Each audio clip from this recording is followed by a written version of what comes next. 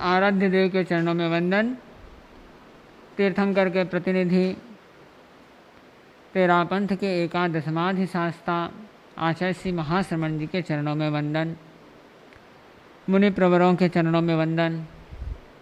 हम 2 दिवसों से तेरापंथ के इतिहास, इसका उद्भव, कंटालिए वाले की कुछ अजब कहानी है। कंटालिए वाले की कुछ अजब कहानी है।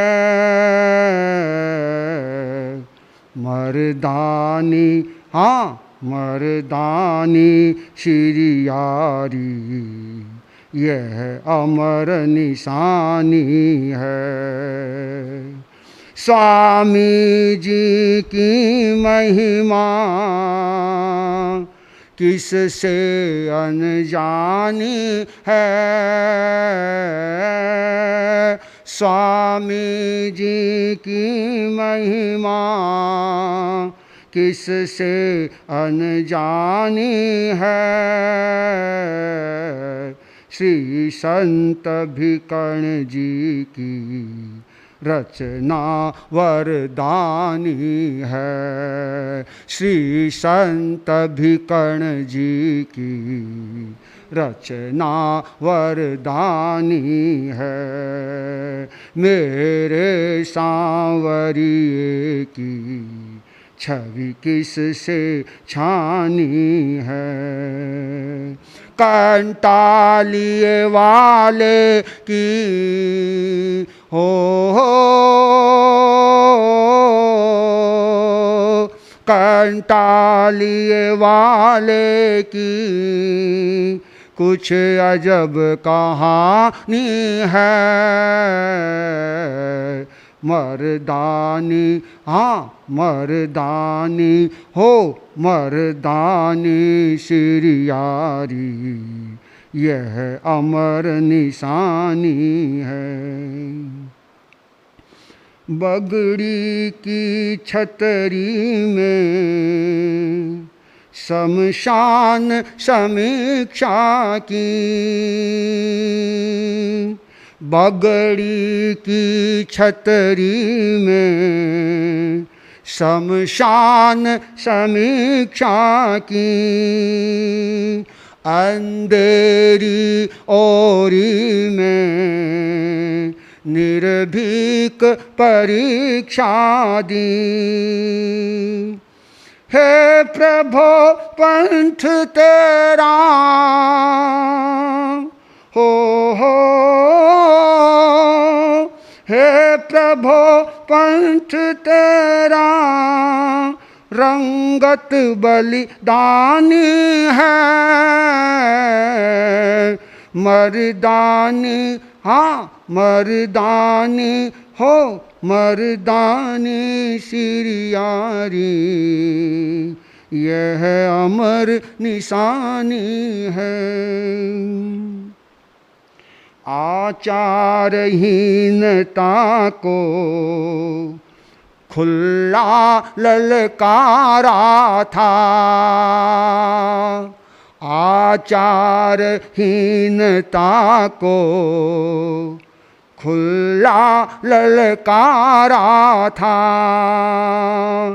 मर्यादा जो तोड़े उसको फटकारा था। मर्यादा जो तोड़े उसको फटकारा था। हम शिष्य एक गुरु के हो हम शिष्य एक गुरु के असली कुर्बानी है। मर्दानी, हाँ मर्दानी हो मर्दानी श्रीयारी, यह अमर निशानी है। मर्दाने सिरियारी यह अमर निशानी है। मुझको यदि कोई पूछे वह क्रांति तूफानी थी, मुझको यदि कोई पूछे वह क्रांति तूफानी थी, उस सांवरी सूरत में ताकत रूहानी थी। निष्पक्ष लक्ष्य वेदी हो निष्पक्ष लक्ष्य वेदी वाणी परवानी है। मर्दानी हाँ मर्दानी हो मर्दानी सिरियारी यह अमर निशानी है। मर्दानी सिरियारी यह अमर निशानी है। इतनी क्या जल्दी थी थोड़ा सा रुक जाते, इतनी क्या जल्दी थी थोड़ा सा रुक जाते। हम साथ अगर होते कुछ करके दिखलाते, हम साथ अगर होते कुछ करके दिखलाते। सागर पर बाबे की बस मेहरबानी है। सागर पर बाबे की बस मेहरबानी है। मर्दानी हाँ मर्दानी हो मर्दानी सिरियारी यह अमर निशानी है। मर्दानी सिरियारी यह अमर निशानी है। कंटालिए वाले की कुछ अजब कहानी है। कंटालिए वाले की कुछ अजब कहानी है। मर्दानी हाँ मर्दानी हो मर्दानी सिरियारी यह अमर निशानी है। स्वामी जी की महिमा किससे अनजानी है। श्री संत भिकर्ण जी की रचना वरदानी है। श्री संत भिकर्ण जी की रचना वरदानी है। मेरे सांवरिये की छवि किससे छानी है। मेरे सांवरिये की छवि किससे छानी है। श्री संत भिकर्ण जी की रचना वरदानी है।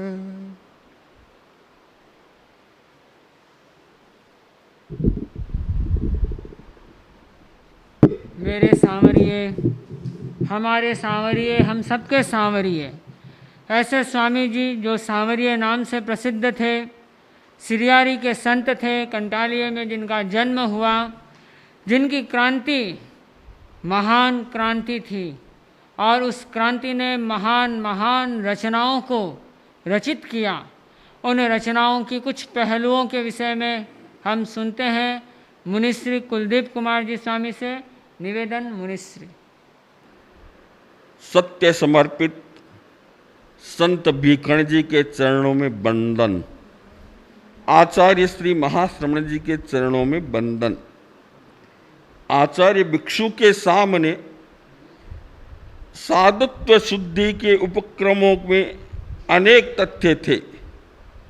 उन्होंने न केवल सिद्धांत आचारचर्या को ही सुदृढ़ बनाया बल्कि अनुशासन और व्यवस्था पक्ष को भी सुदृढ़ बनाया।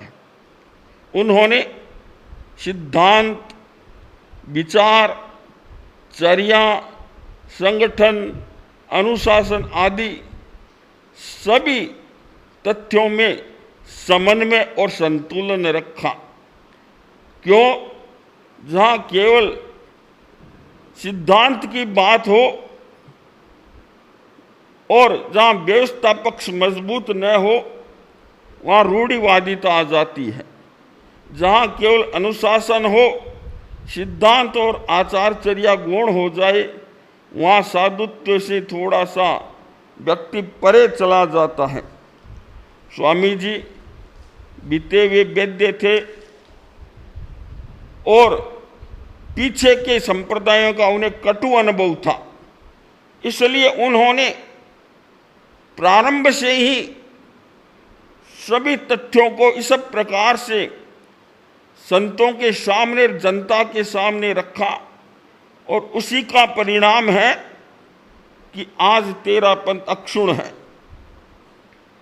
आचार्य भिक्षु ने केवल क्रिया प्रधान जीवन नहीं जिया,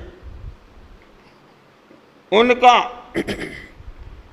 अभिनिष्क्रमण करने का मुख्य हेतु था सिद्धांत भगवान महावीर के सिद्धांतों से उस समय मेल नहीं खा रहे थे और क्रिया में भी शिथिलता आ गई थी।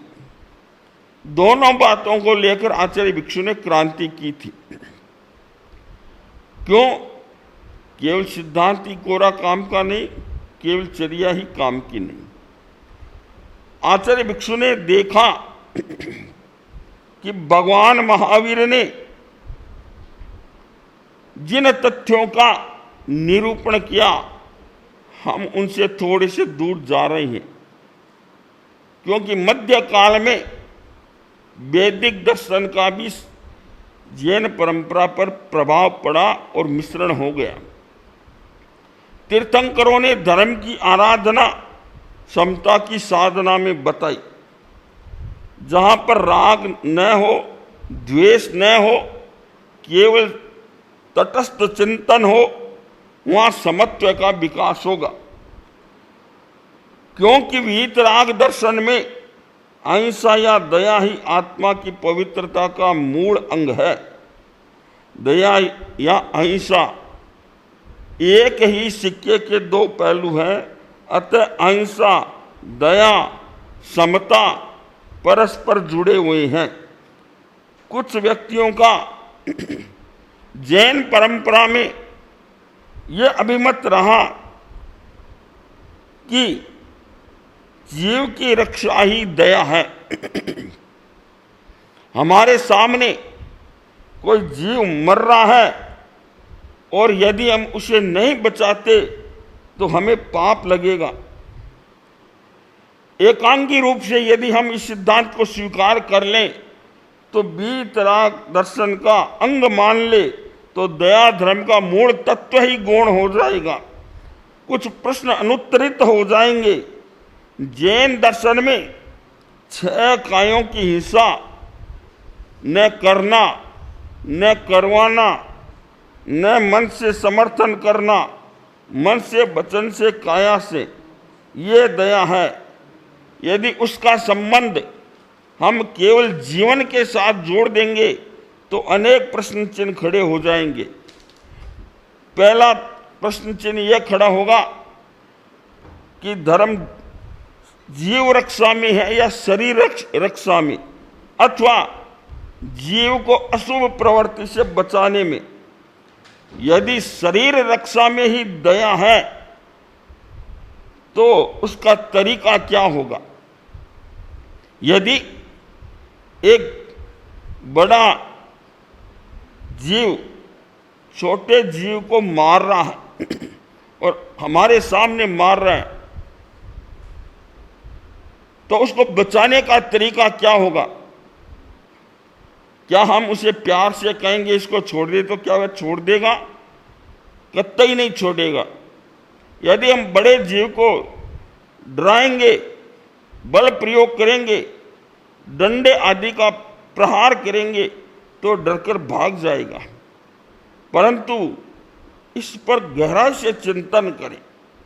जो छोटा जीव है उसके प्रति हमारे मन में राग भाव आया और बड़े जीव के प्रति द्वेष भाव आया। पहला प्रश्न तो यह है कि उस बड़े जीव को डराया तो डराना धमकाना ये दया का कौन सा अंग है? भगवान महावीर ने भगवती सूत्र में असाता वेदनीय कर्म बंधन के अनेक कारण बताए हैं। उसमें एक कारण बताए हैं, किसी जीव को प्रताड़ित करना, डराना, धमकाना, भयभीत करना, ये असाता वेदनीय कर्म का बंधन है। तो वह बड़ा जीव भक्त तो गया, पर यह बताओ वहाँ दया का पालन हुआ या असाता वेदनीय कर्म का बंधन हुआ? ये कौन सा दया का अंग हुआ कि जीव को डराना अहिंसा और दया है? वीतराग धर्म में तो ये मान्यता नहीं है। उसके मन में आपके प्रति क्या भाव आएगा? उसका बड़े जीव का वश तो नहीं चलेगा, पर क्या आपके प्रति अच्छा भाव आएगा? तो वह दया का कौन सा मार्ग हुआ?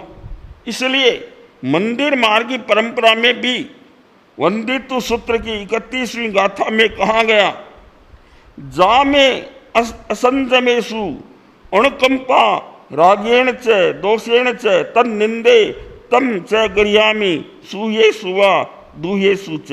सुखी या दुखी असंयमी प्राणियों के प्रति राग या द्वेष अथवा मैंने अनुकंपा की हो तो मैं उसकी निंदा और ग्रह करता हूँ। कुछ जैन संप्रदायों में ये मान्यता रही कि हमारे सामने यदि जीव हिंसा हो रही है और यदि हम उसको नहीं बचाएंगे तो उसका पाप हमें लगेगा। यदि सामने होने मात्र से हिंसा हो तो संसार के समस्त जीवों को केवल ज्ञानी अपने ज्ञान से देख रहे हैं, तो उनके सामने हिंसा हो रही है तो आपके हिसाब से तो उनको भी दोष लगना चाहिए। दूसरा, हम बाजार से गुजर रहे हैं, हमारे सामने जीवों का वध हो रहा है, कसाई खाने हमारे सामने जीवों का वध कर रहे हैं। यदि हमारे देखने मात्र से पाप लगे तो हम तो बाहर निकल ही नहीं सकेंगे, या श्राव भी बाहर निकल ही नहीं सकेगा, क्योंकि उसको दोष लगेगा और पाप के सहभागी भी बनेंगे। एक व्यक्ति हमारे सामने जमीकंद खा रहा है, कच्चा पानी पी रहा है, तो हमारे सामने वह सावध्य क्रिया कर रहा है, पापमय क्रिया कर रहा है और हम उसे देख रहे हैं, तो क्या हमें उसका पाप लग जाएगा? यदि देखने मात्र से पाप लगता हो तो यह दया का कौन सा अंग हुआ?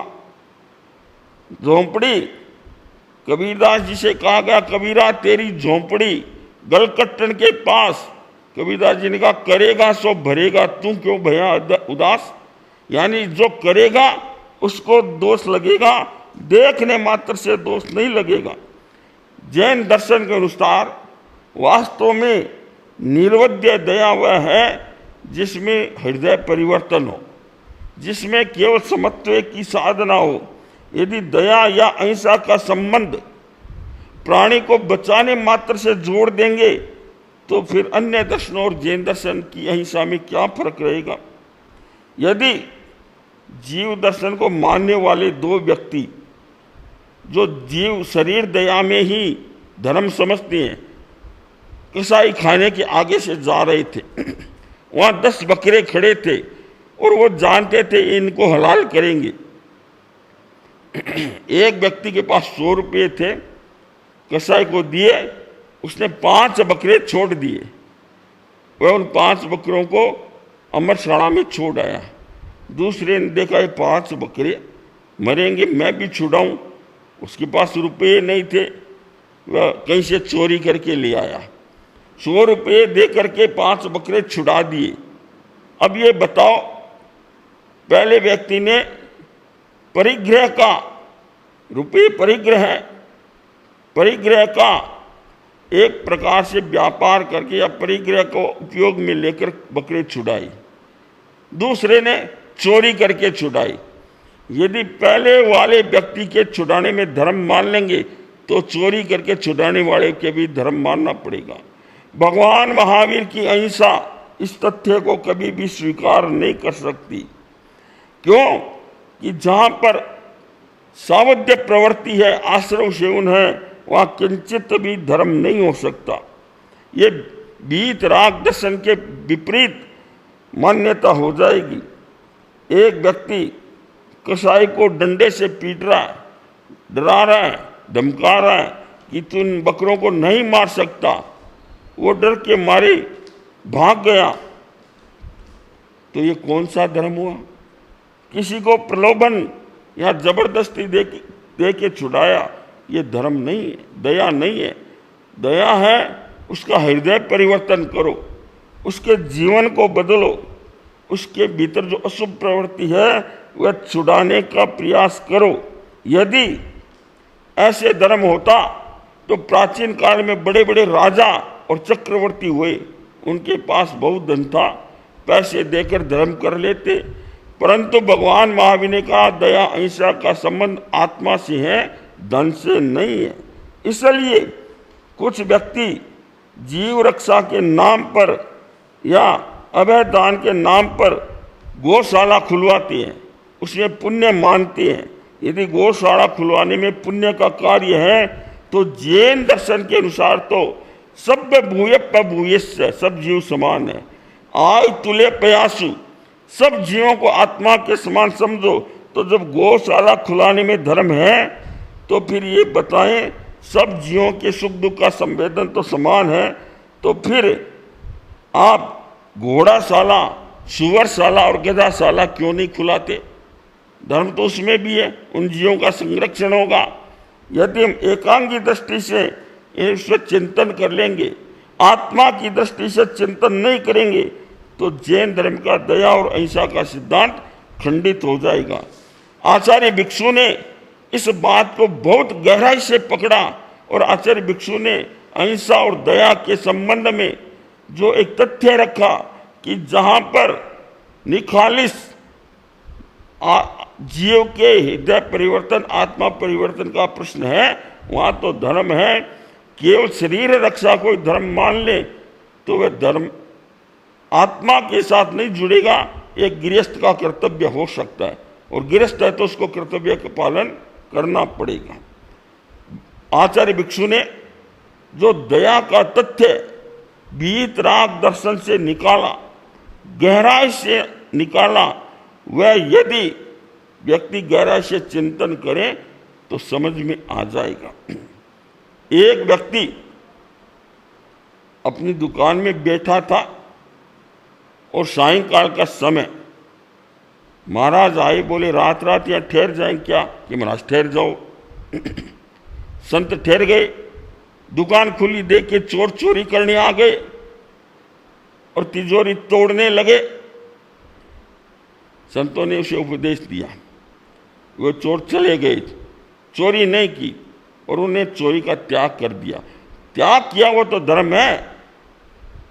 सेठ का धन बचा, सेठ ने बड़े गुणगान किए संतों के, उसमें धर्म नहीं है। यदि उसको धन बचने में धर्म मान लेंगे तो अनेक समस्याएं खड़ी हो जाएगी। एक युवक रात को जगह जा रहा था, संत बाहर बैठे थे, पूछ लिया कहाँ जा रहे हो? कि महाराज आपके सामने झूठ नहीं बोलता, मैं मेरी वेश्या के यहाँ जा रहा हूँ। संतों ने से बहुत समझाया पर स्त्री गमन का कितना दोष होता है उसके समझ में आ गई। उसने नियम कर दिया कि मैं नहीं जाऊंगा। वह संतों से बात कर रहा था, उतने में वो वेश्या उसको खोजती खोजती वहाँ पर आ गई। उसने धमकी दी, या तो मेरे साथ चलो, नहीं मैं कुएं में गिरकर तुम्हारे सामने मरती हूँ। उसने कहा मैं तो नहीं चलता। वो उसके सामने कुएं में गिर के मर गई। तो यदि संतों के उपदेश से उसने धन ले जाने का त्याग किया और उसने पर स्त्री गमन का त्याग किया, धन बचा। यदि धन बचने में धर्म मान लेंगे तो यहाँ औरत मरी, उसका भी पाप मानना पड़ेगा। न तो उसमें धर्म है न पाप है। धर्म और पाप, धर्म किस में है? जो त्याग किए उसमें धर्म है। वास्तव में ये भगवान महावीर की दया और अहिंसा है। आचार्य भिक्षु ने गहराई से समझा, जनता के सामने प्रस्तुत किया। आचार्य भिक्षु ने जो दया का सिद्धांत दिया, आज थोड़ा गहराई से चिंतन कर ले तो सबके समझ में आ जाए। दूसरा, दान के संबंध में मैं चर्चा करूंगा। दान शब्द भारतीय परंपरा में बहुत चर्चित रहा है। यदि हम इसकी मीमांसा करें तो दान में 3 तत्व मुख्य है: दान देने वाला, दान लेने वाला और वस्तु, जो वस्तु दी जा रही है। जिस प्रकार हम, गाय का दूध भी दूध होता है, आँख का दूध भी दूध होता है, नाम दूध है, पर दोनों को एक साथ नहीं मिला सकते। गाय का दूध पौष्टिकता देता है और आँख का दूध काम ले ले तो क्या होगा? प्राण निकल जाएंगे। इसलिए दोनों दूध समान नहीं होंगे। इसलिए हम दूध की तरह सारे दान एक साथ नहीं मिला सकते, उनकी भी समीक्षा करनी जरूरी है। और आचार्य भिक्षु ने दान की जितनी गहराई से समीक्षा की, मुझे अभी तक अन्यत्र उपलब्ध नहीं। दान का वास्तविक अधिकारी कौन है? जिसने जीवन भर के लिए हिंसा आदि 18 पापों का त्याग कर दिया। यदि दान को, सबको दान देने मात्र को हम पुण्य मान लेंगे, धर्म मान लेंगे, तो फिर दान शब्द की सार्थकता भी नहीं रहेगी। महाभारत में भी कहा गया कि दान का अधिकारी वही है जो केवल पुण्य क्षेत्र में अपनी साधना करता है, यानी धर्म में अपनी साधना करता है। यदि दान देने मात्र में ही धर्म मान लेंगे तो दान का स्वरूप ही बदल जाएगा। दान देने की परंपरा रही, पर कर्तव्य को मान के भी कर सकते हैं, धर्म मान के भी कर सकती हैं। क्यों? दोनों की भूमिका अलग है। एक गृहस्थ साधु को भी दान देता है, वह धर्म है। गृहस्थ है, खुला है, उसके घर भिखारी भी आएगा, उसको भी दान देता है। तो क्या साधु को दान देना, भिखारी को दान देना एक हो जाएगा? नहीं होगा। दोनों की समीक्षा करनी पड़ेगी। इसलिए यदि दान देने में धर्म है तो सामायिक में दान श्रावक क्यों नहीं देता? सामायिक में श्रावक क्यों नहीं गाय को घास डालता? कई व्यक्ति पर्यूषणों में गाय को घास दाना भी नहीं डालते, दान भी नहीं देते, जबकि पर्यूषण में तो ज़्यादा धर्म करना चाहिए। यदि धर्म है तो क्यों नहीं करते?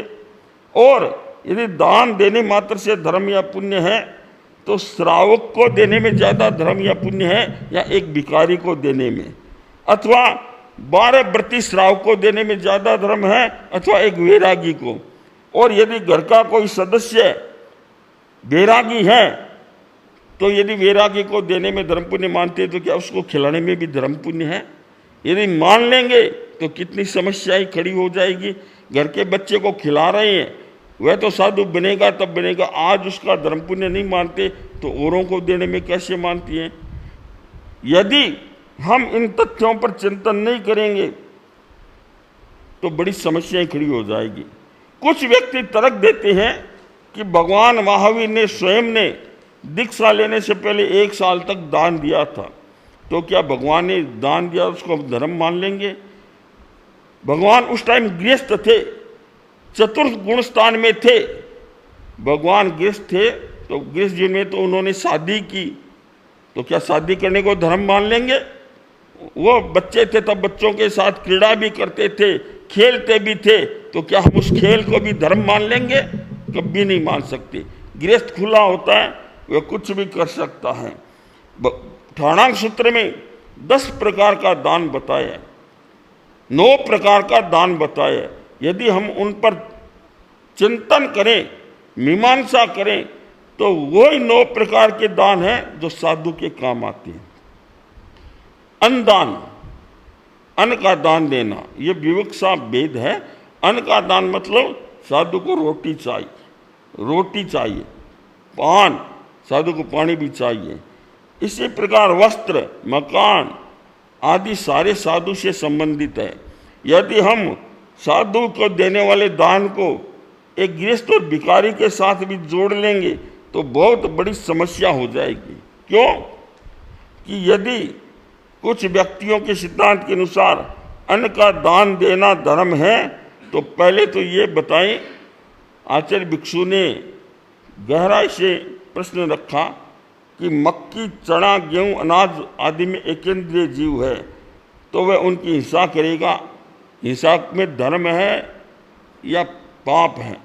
दूसरी बात, कौन सा अनाज देने में धर्म ज्यादा होगा, मक्की या अच्छा गेहूं देने में? इसके प्रश्न के सामने उत्तर अनुत्तरित हो जाएगा। दूसरा, यदि भोजन देने में पुण्य है तो भिखारी या अभावग्रस्त को भोजन देंगे तो ठंडी रोटी देने में ज़्यादा धर्म है या गर्म रोटी देने में ज़्यादा धर्म है? हलवा खिलाने में और खीर खिलाने में ज़्यादा धर्म है या सूखी रोटी देने में? जो कहते हैं देने में पुण्य है, फिर वो सूखी रोटी क्यों देते हैं? कोई मांगने आए तो उसको रात की सूखी रोटी देती है, उसको हलवा और खीर क्यों नहीं खिलाते? उसकी आत्मा शांत होगी। उसकी आत्मा ठंडी रोटी खाकर ज़्यादा शांत होगी या हलवा खीर खाकर? तो आपके हिसाब से तो पुण्य है। तो ये बताएं, जिनके सिद्धांत में इसको पुण्य माने वो ये उत्तर दे सकते हैं क्या कि सूखी रोटी में ज़्यादा नहीं, हलवे में है, तो फिर वो हलवा क्यों नहीं खिलाते? आचार्य भिक्षु ने ऐसे तर्क रखे, निरुत्तर है, उनका कोई उत्तर नहीं है। पान पुण्य, पानी पिलाने में धर्म है, तो सामान्य पानी पिलाने में धर्म है या फिल्टर पानी पिलाने में? शिकंजी और बादाम का शरबत पिलाने में ज़्यादा धर्म पुण्य है या सामान्य पानी पिलाने में? इस प्रकार से हर प्रश्न में जो दान मात्र में धर्म समझते अटक जाएंगे। वस्त्र देने में धर्म है, भिखारी आता तो फटा पुराना वस्त्र देती है। धर्म है, पुण्य है, तो क्यों नहीं उसको शूटिंग सेटिंग के नए कपड़े देते? मकान देने में धर्म है तो झोंपड़ी क्यों देते हो? फ्लैट दे ताकि उस धर्म पुण्य ज़्यादा होगा। पशु को घास खिलाने में धर्म है तो सूखा घास क्यों खिलाते हो? उसको लाल सी गुड़ की खिलाएं, ज़्यादा धर्म और पुण्य होगा। यदि दान देने में धर्म है तो उसको सोने चांदी का दान दे। सामान्य वस्तुओं को दान क्यों देते हैं? धर्म और पुण्य ज़्यादा होता है। जो इस बात का समर्थन करते हैं उन सन्यासियों से पूछा जाए कि यदि गृहस्थ को दान देने मात्र में धर्म है, तो एक व्यक्ति कहता है महाराज गेहूं मेरे और कपड़ा मेरे पास नहीं है, आप आपकी पछेवड़ी दे दो, कपड़ा आपका, हम दोनों मिलकर धर्म पुण्य करेंगे। साधु कहते हैं ना, मेरे को कपड़ा देना कल्पता नहीं है। साधु को धर्म पुण्य का काम नहीं कल्पता या पाप का काम नहीं कल्पता, इसका मतलब पापकारी प्रवृत्ति है, इसलिए साधु अनुमोदन नहीं करता।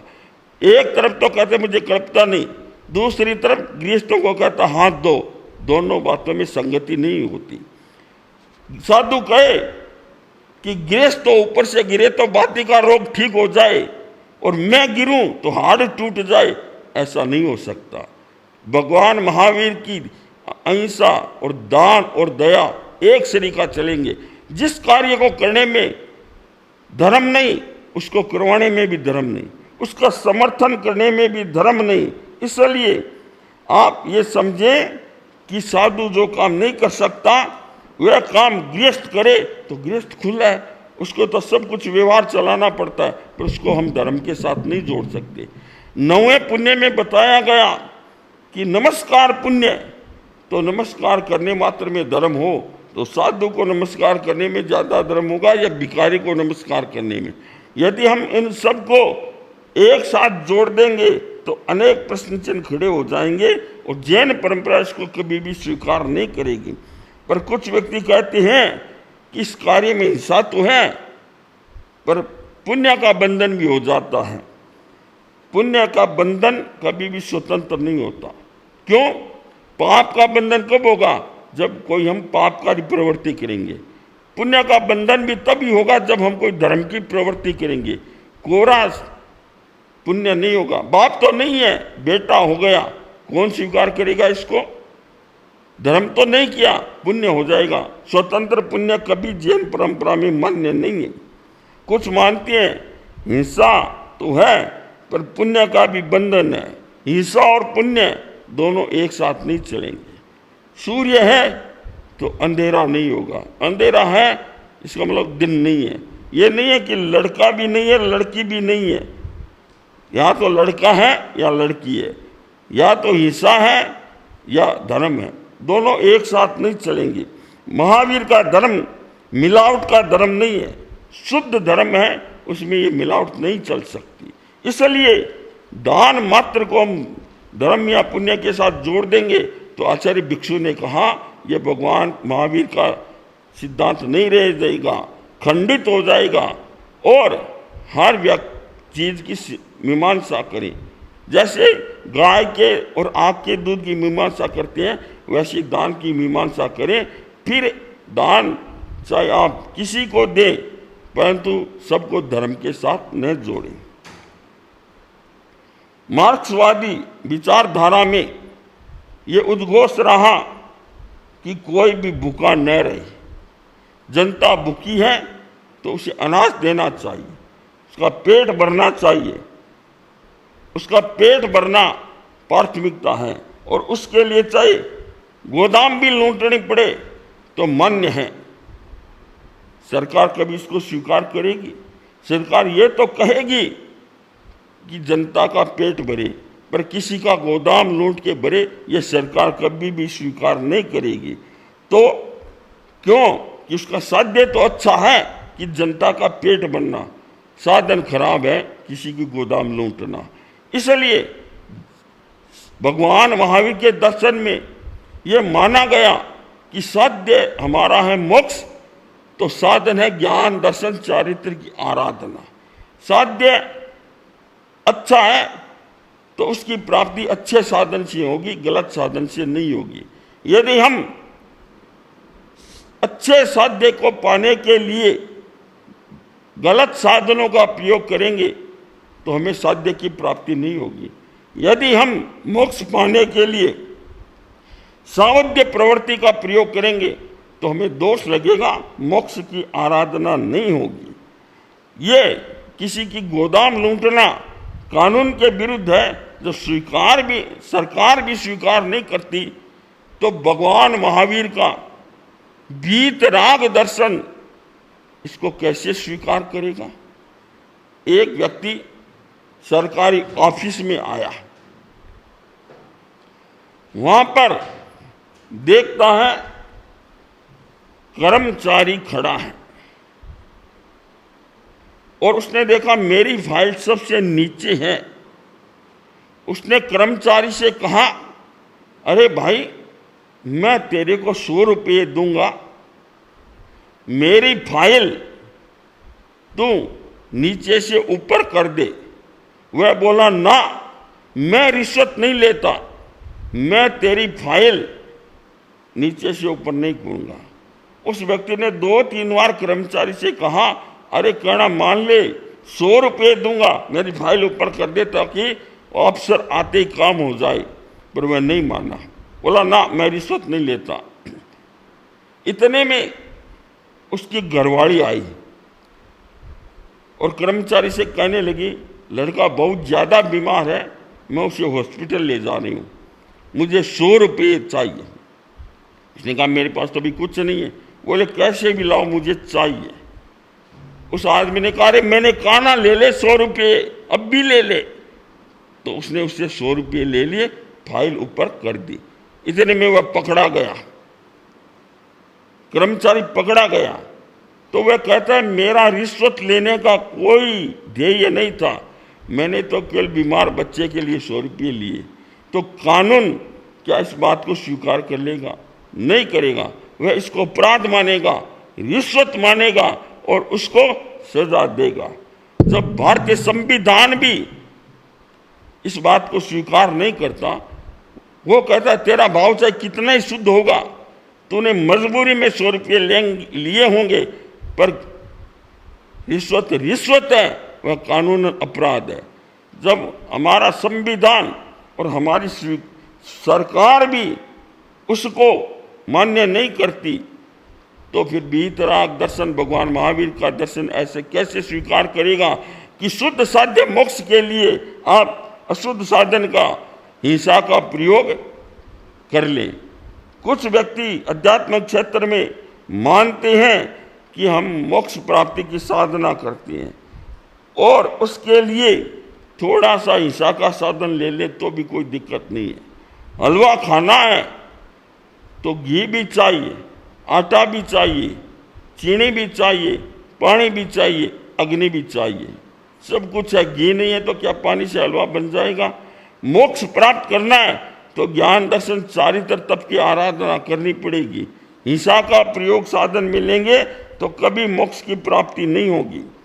आश्रव सेवन करना, उसका उपयोग करना, जिन संप्रदाय में ये मान्यता है वे वीतराग दर्शन से परे हैं। यदि किसी भी रूप में स्वीकार कर ले तो भगवान महावीर ने तो आचार्य सूत्र में कहा, जहाँ सूक्ष्म से सूक्ष्म जीव की हिंसा है वहाँ धर्म नहीं है।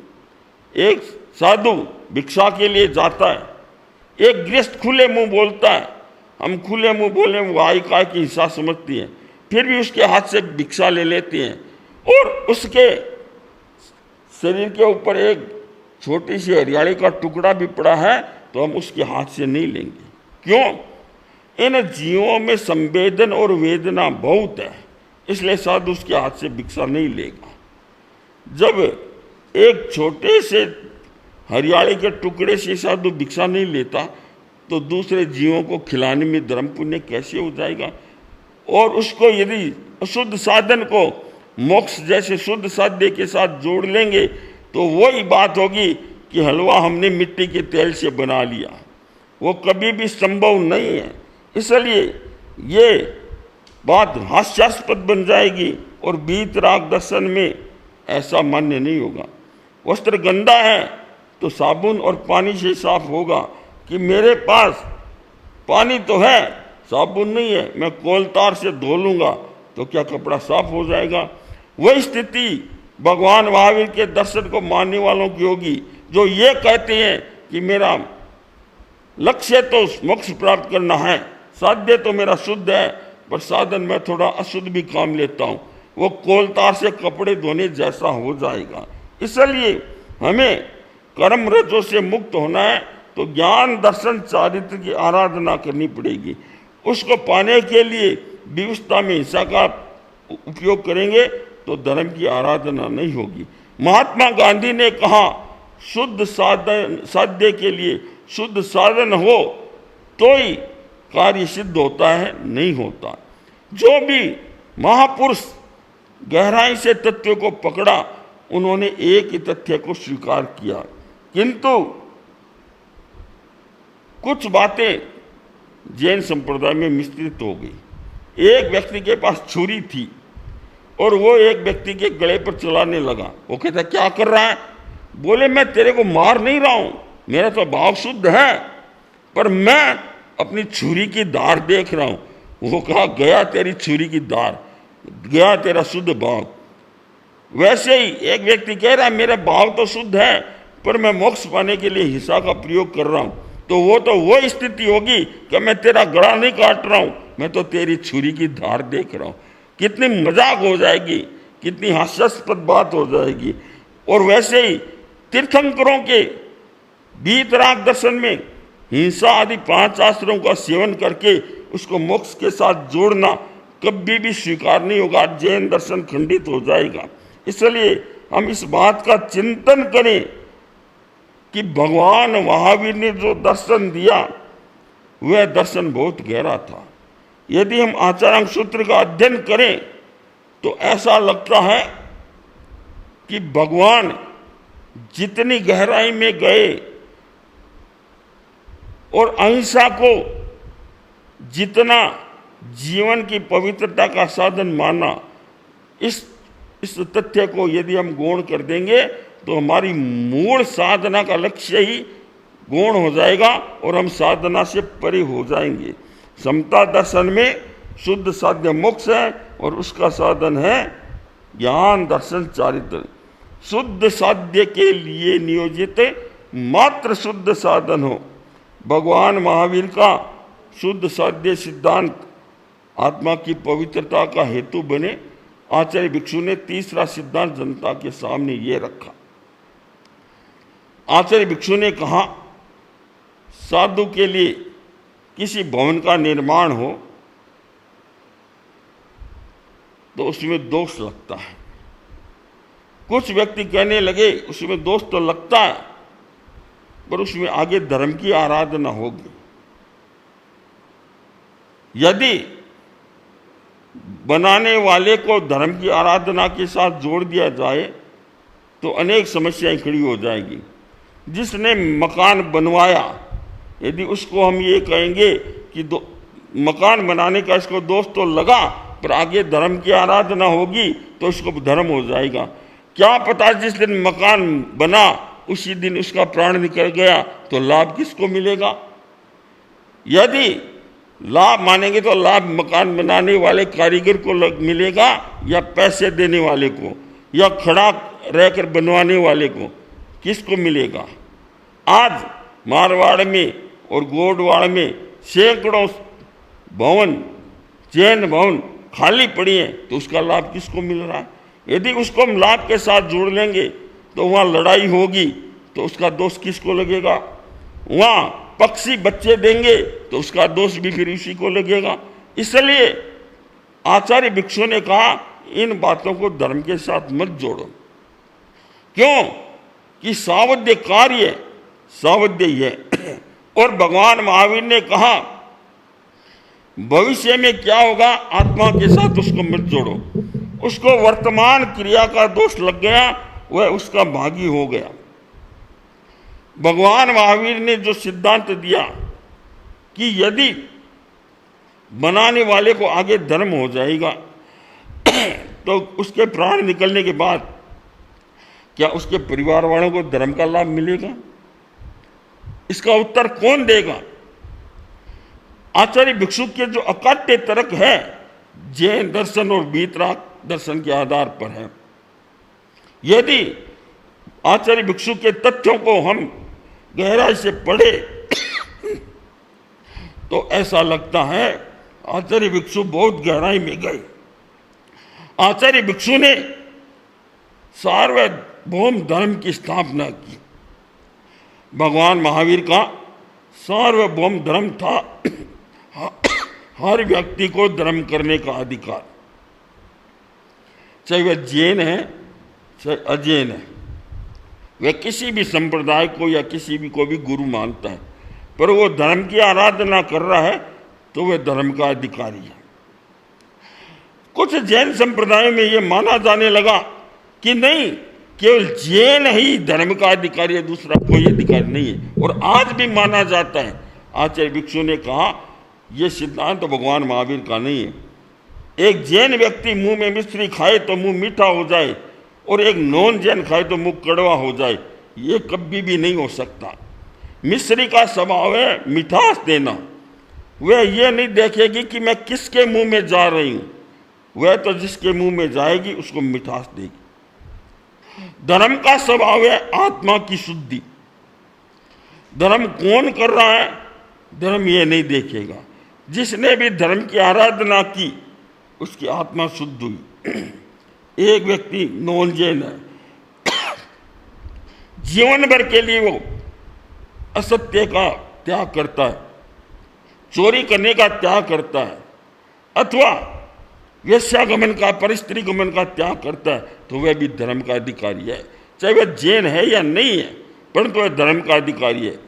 कुछ जैन संप्रदाय में ये माना जाने लगा कि चाहे वह उपवास कर ले, चाहे चोरी का त्याग कर दे, उसको धर्म होता ही नहीं है।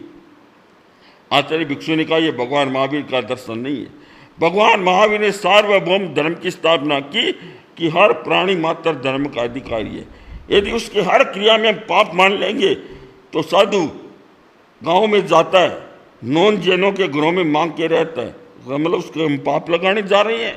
उसके अगर भिक्षा जाता है और वह नॉन जैन है, उसकी हर क्रिया में पाप मान लेंगे तो वह भिक्षा ले रहा है, मतलब उसके सिर पर पाप चढ़ा रहा है, मतलब साधु उसके सिर पर पाप चढ़ा रहा है। उसको व्याख्यान का उपदेश देते हैं और वो व्याख्यान सुनता है, तो जिनकी ये मान्यता है कि जैन ही धर्म का अधिकारी है तो उनके हिसाब से तो पाप का भागी आपका व्याख्यान सुनकर भी, और उसमें आप भी भागीदार बन रहे हैं क्योंकि उसको सुना रहे हैं। यदि हम एक वर्ग विशेष के साथ धर्म को जोड़ देंगे तो भगवान महावीर का दर्शन खंडित हो जाएगा। इसलिए आचार्य भिक्षु ने कहा भगवान महावीर का दर्शन बहुत व्यापक है। एक साधु बैठा है, उसके पास एक व्यक्ति आकर कहता है महाराज आज मुझे उपवास पचका दो, जैन नहीं है। एक व्यक्ति आकर कहता है मुझे आज हरियाली खाने का नियम करवा दो, साधु से कराएगा या नहीं? और यदि कराएगा तो उनकी मान्यता के अनुसार उसको कोई धर्म नहीं होगा, बल्कि उसको पाप होगा और साधु उसके पाप में सहभागी बन रहा है। आचार्य भिक्षु ने इन बातों का खंडन किया और आचार्य भिक्षु ने कहा एक मुसलमान भी यदि धर्म की आराधना करता है, अणुव्रत की साधना करता है तो वह भी धर्म का अधिकारी है। एक हिंदू भी चाहे उसकी जैन दर्शन में कोई आस्था नहीं है, वह संयम से रहता है, त्याग से रहता है और अपने ढंग से धर्म की आराधना करता है तो वह भी आत्मा की पवित्रता का भागी है, वह दोष का भागी नहीं है। आचार्य भिक्षु के सामने उस समय ऐसे प्रश्न खड़े हो गए, आचार्य भिक्षु को उनका उत्तर देना अनिवार्य हो गया। आचार्य भिक्षु ने अपने जीवन भर सत्य के अन्वेषण में अपना जीवन लगाया और जो नवनीत निकाला आगम का मंथन करके जनता के सामने रखा, वह एक प्रकार से जैन परंपरा के लिए वरदान सिद्ध हुआ। क्यों कि इस बात को यदि हम इतनी संकुचित कर लेंगे कि धर्म का अधिकारी तो केवल जैन ही है, तो फिर क्या दूसरे व्यक्ति धर्म नाम के तत्व से दूर रहेंगे? ऐसा मानने वाला सम्यक दृष्टिकोण वाला नहीं है। क्यों कि यदि नॉन जैन की हर क्रिया को हम पापमय मान लेंगे तो उसका मतलब उसने जो संयम और त्याग का जीवन जिया आपके हिसाब से तो वो भी पापमय है। पर भगवान महावीर का दर्शन इस बात को स्वीकार नहीं करता। तीर्थंकरों की वाणी से ये विपरीत है। क्यों? ये तो वही बात हो जाएगी कि एक गरीब मिठाई खाता है तो उसके शुगर हो जाएगी और अमीर खाएगा तो उसको बड़ा अच्छा स्वाद आएगा। क्या ऐसा होगा? कभी नहीं होगा। तो फिर वही हालत वह होती है जो ये मानते हैं कि जैन के सिवाय दूसरे धर्म के अधिकारी नहीं। क्यों कि उनके मानने के पीछे उनका क्या दृष्टिकोण रहा वे जाने, पर ये भगवान महावीर का दर्शन नहीं है। आचार्य भिक्षु ने इस बात का खंडन किया कि एक नॉन जैन है, फिर भी उसने जो आराधना की है कुछ अंशों में उसके भी कर्मों की निर्जरा होगी और उसका निर्जरा का सहभागी होगा, वह दोष का सहभागी नहीं होगा। आचार्य भिक्षु ने जो भगवान महावीर के सिद्धांत तर्क के आधार पर जनता के सामने रखे और कहा मैं नहीं कह रहा हूँ, भगवान महावीर के सिद्धांत कह रहे हैं। जनताओं ने उन्हें सुना, समझा। यदि हम दान, दया, साध्य साधन और भवन निर्माण और धर्म का अधिकारी कौन, इन अनेक तथ्यों पर यदि हम चिंतन करें तो जैसे राजमार्ग होता है, 6 लेन की सड़क होती है, सीधे आराम से चलो, कहीं भी चक्कर नहीं पड़ेगा। और पगडंडी का रास्ता ले लिया जाए तो कभी भी रास्ता भूल सकता, चक्कर खा सकता है। बीतराग दर्शन राजमार्ग है, और जो उसको छोड़ के पगडंडी का रास्ता लेता है, दूसरे दर्शनों के नियमों को साथ में मिलाता है, तो पगडंडी पर तो फिर चक्कर ही खानी है 84 की। इसलिए हम भगवान महावीर के दर्शन को समझे, तत्व को समझे। और मैं समझता हूँ हम बहुत भाग्यशाली हैं जो आचार्य भिक्षु के बाद जन्मे। आचार्य भिक्षु ने जो एक हमें सम्यक्त्व रत्न दिया, मैं समझता हूँ जिसकी भी आचार्य भिक्षु पर आस्था है वो केवल एक बात को समझ ले, जिस कार्य को करने में धर्म है करवाने में धर्म है, और उसका समर्थन करने में धर्म है। जो कार्य करने में धर्म नहीं पाप है, करवाने में भी पाप है, उसका समर्थन करने में भी पाप है। एक गृहस्थ सामायिक करता है, धर्म है। साधु के जीवन भर की सामायिक है, धर्म है।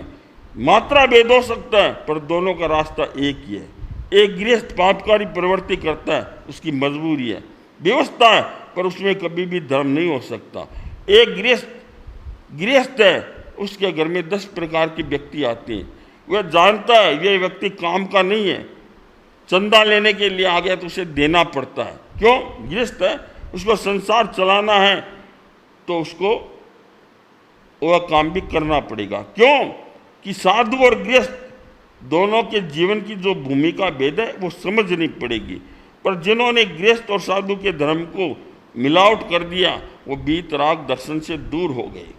भगवान महावीर ने या जो भी पीछे तीर्थंकर हुए उन्होंने जो रास्ता दिया, मध्य काल में दूसरे दर्शनों का इतना जबरदस्त प्रभाव पड़ा कि जैन दर्शन भी क्षीण होने लगा। मैं भगवान आचार्य भिक्षु को नमस्कार करता हूँ, वंदन करता हूँ। हमने इन 3 दिनों में तेरापंथ के उद्भव का इतिहास, उसके पीछे उसकी दार्शनिक पृष्ठभूमि, व्यवस्थात्मक पृष्ठभूमि, आसपास में घटने वाली अनेक परिस्थितियों को जाना, देखा और समझने की कोशिश की। अब हम आगे आचार्य भिक्षु के संतों को, उनके परंपर अनेकानेक संतों को जिन्होंने इस शासन में अपना महत्वपूर्ण योग दिया, उसके विषय में भी सुनेंगे, जानेंगे। आज का कार्यक्रम यहीं पूर्ण किया जा रहा है मंगल पाठ के साथ। अर्हंता मंगलम, सिद्धा मंगलम, साहू मंगलम, केवली पन्नत्तो धम्मो मंगलम। अर्हंता लोगुत्तमा, सिद्धा लोगुत्तमा, साहू लोगुत्तमा, केवली पन्नत्तो धम्मो लोगुत्तमो।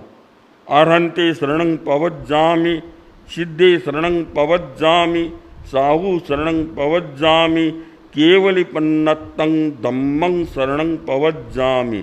विघ्न हरण मंगल करण स्वाम भिक्षुनो नाम, गुण ओळख स्मरण किया सर अचिंत्या काम।